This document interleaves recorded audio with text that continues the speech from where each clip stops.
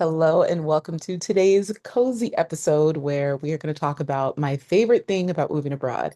And this is present because I just went to a double event evening the other day here in Bangkok, where the first event was kind of like an entrepreneurs meetup.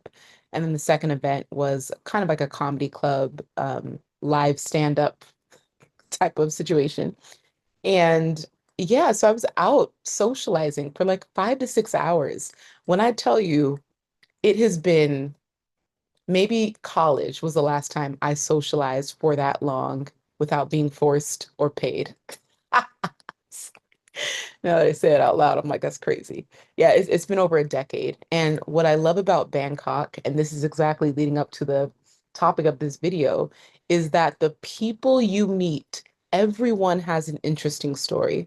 So you go to let's start with the entrepreneurs meetup. Everyone is like coming in talking about, yeah, here's what I do, here's what I own, and it's not even in the flex way. It's not like, no one is there let me be honest. What I love about the entrepreneur meetup is that everyone looked like a nerd, which I really appreciated. Because I'm a nerd and coming from the US, I lived in a city where everyone felt like they always had to flex. Like everything was about, what you had. And I'm not that kind of person. So I want to know what you've learned and what you've done and where you've traveled. And I think the most interesting thing about you isn't something that I can see at face value. It's probably going to be an intrinsic value or a characteristic or a quality about yourself that you've developed through adversity or resilience. And so that was really put on display. And what I could appreciate is that I would say 90% of the group of entrepreneurs were immigrants. So we were immigrants of immigrants. We have immigrated to Thailand, but our parents immigrated from somewhere else to the country that we were born. So it's crazy because we all have like two or three countries of lived experience or two or three countries of cultural or lived experience. And that just adds layers to people's level of they're just more interesting. And what I recognize is that I was tired of being the most interesting person well, I don't even want to say it like that because all my friends are interesting. But when you're like in your hometown, your home city, and I'm speaking to you directly, if you feel like you are the most interesting person in your circle, that gets exhausting because maybe you go back to your hometown and you just went on a trip. And maybe you go on a trip like twice a year. So it's commonplace for you to travel. And when you come back, or maybe you've been away for a few months and you come back and you try to ask people how they're doing, and they almost don't know what to say because they're like, well, you know what I do. I work and I take care of my kids, or I work and I do this. And, it's almost like people are trained to do, how does the quote go? You, people live the same year for 20 years and call it a life. I butchered it. But it's like you're repeating the same year over and over, and then you repeat that for 20 to 30 years of a career. And people said, oh, yeah, I did this for 20 years. It's like, no, you did it for 1 year 20 times. And I think, and that's not even to like be condescending or anything like that, but you try to like really encourage your people and you try to tell people like, oh, well, that's amazing. Well, like what are you going to do about that? And oh, that's really interesting. And you are the encourager. You're the one that's pouring into people and reminding them of their value and their worth and their dreams. And you can only do so much pouring before you feel like, okay, well, I don't want to force people to pursue their dreams. Either you want it or you don't. And so I can relate to people who are like, you don't want to constantly be updating people about your life, especially let me say for me, my life is so public already. You don't even have to ask about what I got going on. I posted it yesterday. No, I mean, my friends in real life, they get like those who've earned access, they get personalized updates, okay? They get a different version than what I put on the internet because they've earned that right. But ultimately, the bulk of what I want to share with people, I post it. And for me, it's not about not having boundaries or not knowing how to maintain a private life. Even with the transparency and vulnerability that I share, I think people are still only getting about 30%. And that says a lot. Like I post a lot. I've been posting online for 24 years. And even in those 24 years, people only know the 30% of what actually happens in my life. And there might be a season where I shift, like, okay, I've only given people 10% of my family life. I'm ready to up that to 20%. And then in another season, I might take it back to five. But I'm always rotating my percentages based on how I feel and what I'm prioritizing in that season. And I think what I also learned the hard way is that social media and people in general, I think we do a really bad job of holding space for grief. I think, and I think this is also there's something to be said about when you've been the strong or resourceful friend and you post something vulnerable or you post something sharing a human moment and people are like, oh, don't worry, you've got it. You've got this. And in your mind, you're feeling like, no, no, I don't feel like I got this. And that's why I'm sharing. I'm struggling right now. Mentally, I don't feel like I got it. And so uh, a pep talk or just like forced positivity is not what we always need. And so, whether people don't know how to hold space for sharing loss, like I'm sorry for your loss or praying for you, those have always felt really empty to me. And I myself do not leave those type of comments. If I am praying for someone, I actually voice note them the prayer and I don't expect a response. Because if I'm going to tell you that I'm going to do something, I might as well just give you proof of me doing it. And it's not about, showing proof, but it's like people can feel the weight of your words when you actually share them. But praying for you, hand emoji, it feels so effortless. It feels so empty. It feels honestly lazy. And I think we need to do a better job of standing in the gap of compassion when people are going through grief and loss. Like it's hard. Like let's be okay with failing. Like maybe that person, you know, they can cook, they're fine, but you send them food anyway. Let them tell you that they don't want it versus you asking, hey, I want to get you food. What can I get you? Send them something. Just take the action and show the effort because effort, more often than not, will speak louder than you giving them more decisions that they have to make. I want to do this for you. How can I help you? Let me know if you need something. They'll never let you know. A strong friend will never let you know. And if you have to state that, that means you're not the type of friend that you think you are to them. Because a real friend, they're not waiting for you to let them know they're showing up with action anyway. They're showing effort and they're okay with getting it wrong because they know that effort is better than waiting on the signal. Okay, I'm ready for help. I feel like I need to say that. So, uh, comedy clubs are Stefan and I's like one of our favorite things to do in any city that we're at. We're always frequenting comedy clubs. And I think comedy is one of the few things that we can still it adds levity to life with the weight of the world and the heaviness of the world and the tension of the world and the divisiveness in the world. Comedy is one of the few forms of art that we can really truly relish in, where everyone, it's like it's fair game. And at this comedy club, there was one chair where it looked really comfortable. And I was like, ooh, I'm gonna sit there.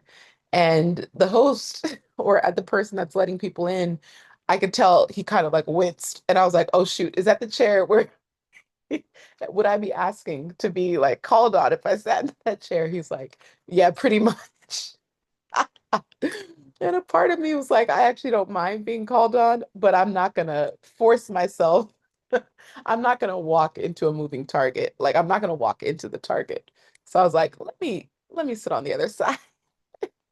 And there were times I was called on because, I was the only Black person there, but it was so funny and it was fair game. There was no, there was no defensiveness. There was no me being on guard because I know we were all in there as people of multiple ethnicities, s- enjoying life in Bangkok, but just coming together to have a good night.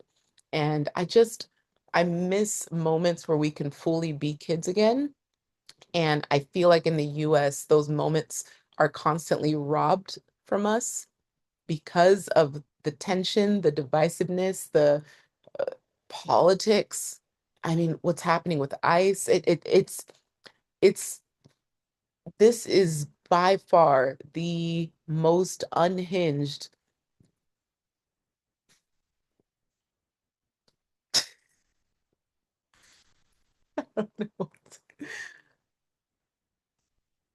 When I think about AP history for future high schoolers, Gen Alpha and beyond, they're going to look back on this time like, what the entire F?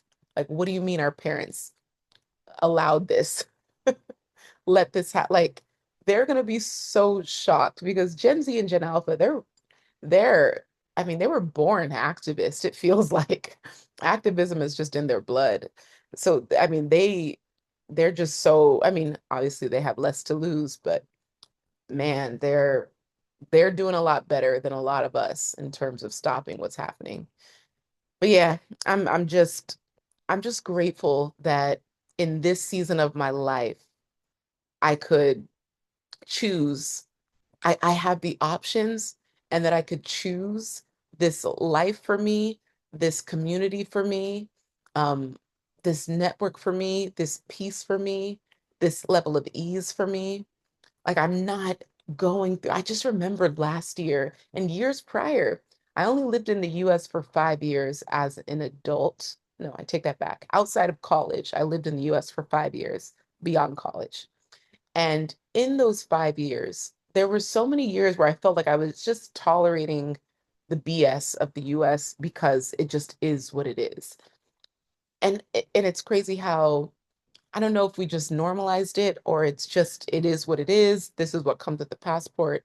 Yes, and I could choose different. And when I tell people that living abroad, it's not everyone's solution and it won't be everyone's um, way out. Whatever adversity they're struggling with, it's not for everyone. But it is for the people that don't want to just settle for what type of life they're handed. They want to take an active part in planning and preparing and dictating the future that they have access to. And I think it's really important that we don't play background characters when we are the lead protagonist in the story. We take an active part in directing, starring, and producing this film of our own life. And I really want to just encourage the person that feels like they have no options, that they have no support, they have no friends that they can relate to. There is a whole network, community, planet on the other side of the world that is ready to embrace you and show you a different way of life. I can't express my gratitude enough for just how I've felt lately and what this year has brought me. Uh, I just think about a year ago today, I was just sitting in this cozy apartment, just every day started to feel and look the same because I no longer had anything to live for. Even in a happy relationship, I was like, well, you know, I almost lost a sense of ambition. I lost my desire to create. I lost my connection to myself, even my health. We deeply struggled last year. And yeah, I'm just grateful that I was just like, you know what? My lease is ending and I have no idea where I'm gonna go next, but I'm gonna let it end and I will figure the rest out later. And that is gonna be so much of what life is, figuring out the rest later. I don't know a perfect plan that exists for anyone. I did create the Passport to Peace workshop for those that need help with the first three steps. The link is in the bio. We have our next live Q&A coming up. If you catch the replay to this one, you also get a free ticket to the next Q&A. But yeah, I never I never needed total clarity in order to take action. And I want to give you that permission slip to not wait for the same. You don't need all the answers. You don't need anyone's permission. You don't even need to go and do it with anyone.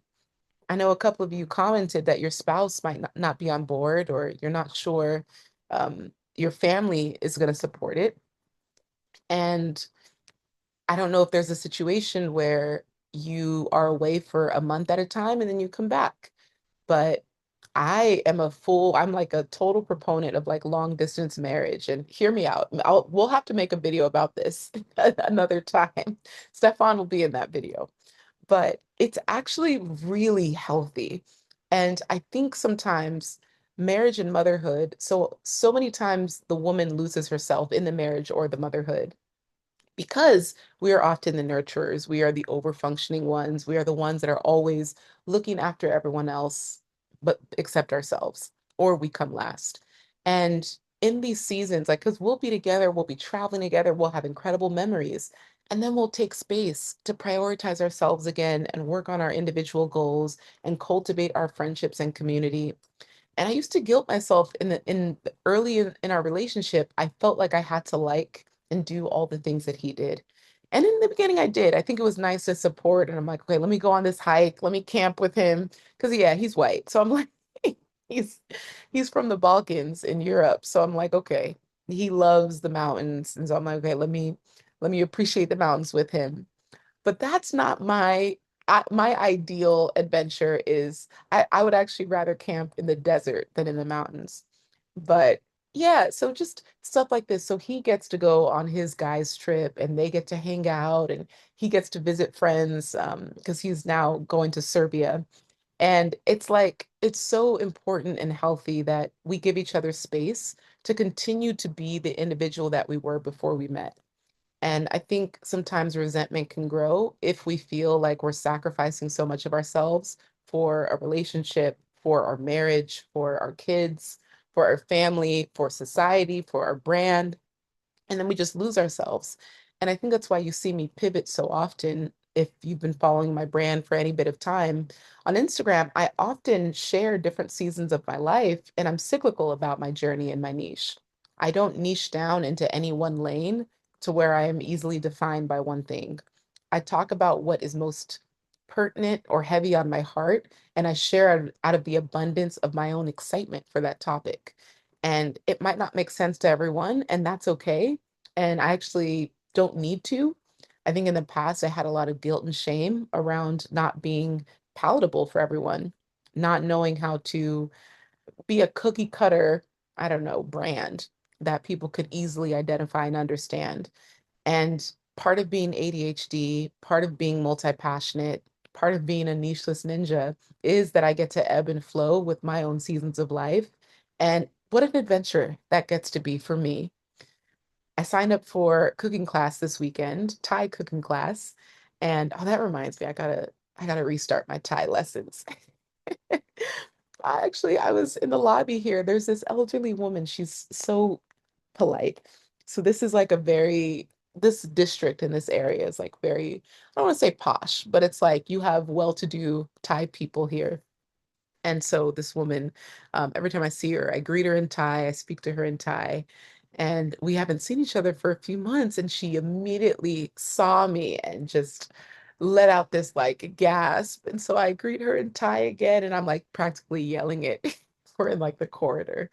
And she was like, "It's just so good you speak Thai. It's so good you speak Thai."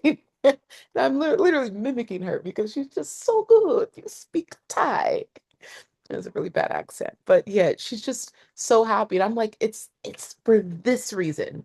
This is why, Glow. You need to text your tutor and tell her that you're back on for Monday. I feel like I've been letting myself like clear my calendar and not have anything on schedule. So Stefan and I were also in the middle of a 10-day company sabbatical, which usually we travel for, but this season we've traveled to 9 countries this year.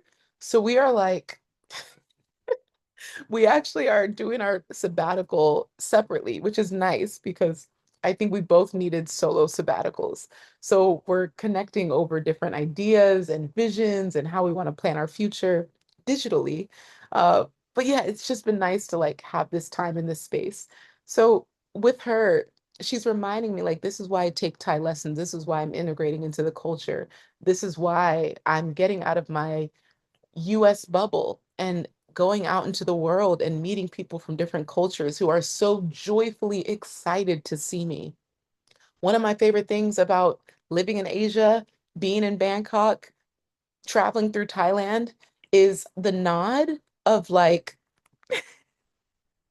not even the nod, let's call it the bow, because it's a bow. And not just the bow, but the salute. My doorman, this look, he's got to be, can't be older than 19.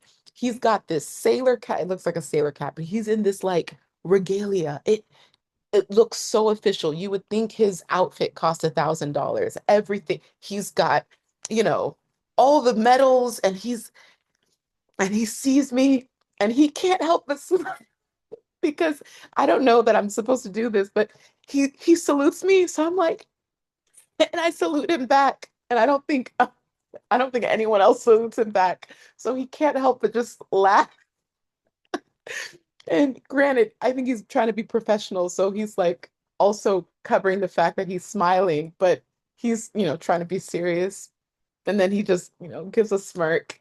But the it'll be 8 a.m. and I'm getting ready to start my day and I go outside and within 1 minute and 100 steps, I've been bowed to 3 times and saluted twice. I don't know any other country. I'm just like, what is this life? What the heck is this? I want this forever. And from this, you go to this from being ignored, being, racially profiled. Like it's such a contrast of experience. It just, as a Black person, it will blow your mind every single time because you're not used to this level of respect for just existing. You're not used to getting this much respect from a stranger just for existing because that is not the US. That is not your US experience. So I am just so grateful that in this lifetime, I have given myself the gift of experiencing what it's like to be unconditionally respected by people that I can do nothing for. Okay, so in conclusion, the best part of travel is the people you meet and how everyone has an interesting story, and it expands your mind of possibility. It is so normal for someone to tell you something and you to be like, well, dang, tell me more about that because I'm used to putting people on because I'm very resourceful. I'm very creative. I'm very innovative. I love to study. I love to learn. There's always something new that I'm learning or developing or working on. But for someone else to be a little in my ear and give me something new, I'm like, what? I ain't heard this before. And that excites me.